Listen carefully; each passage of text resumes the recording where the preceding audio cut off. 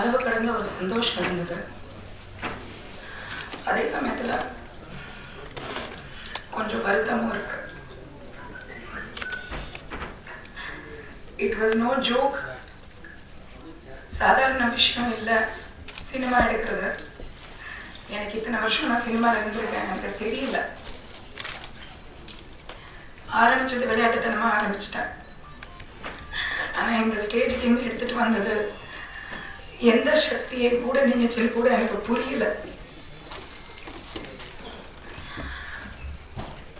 வருத்தம் என்னன்னா, இந்த ஒரு விஷயம் நான் அச்சீவ் பண்ணுவேன் அப்படின்னு லைஃப்ல நான் நினைக்கல. உண்மையா நான் பிளான் பண்ணல. ஆனா இந்த நிமிஷம் ரொம்ப பெருமைப்பட்டிருப்பாங்க எங்க அம்மா.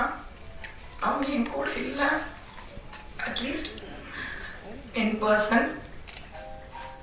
அவங்க ஆத்மா என் கூட தான் இருக்கு, அது எனக்கு தெரியும், தினம் எனக்கு தெரியும். ஆனா பிசிக்கலா அவங்க எங்க இல்லை. அவங்க விளக்கேற்றிருப்பாங்க.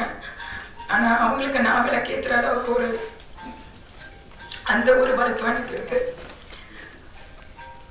அப்பா இருக்காங்க, ஆனா வர முடியாத ஒரு சூழ்நிலை.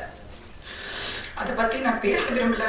ஆனா எனக்கு நான் பிரச்சனையில இருந்தப்போ கூட நின்னது என் குடும்பம் இல்லை, கூட பிறந்தவங்க இல்லை, இங்க உட்கார்ந்து இருக்கிற ஒவ்வொருத்தரும் மட்டும்தான்.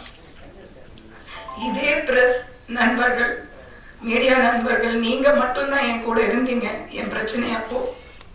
இன்னைக்கு இந்த சந்தோஷமான நிமிஷத்துலயும் நீங்க தான் நிக்கிறீங்க. உங்க எல்லாருக்கும் ரொம்ப நன்றி.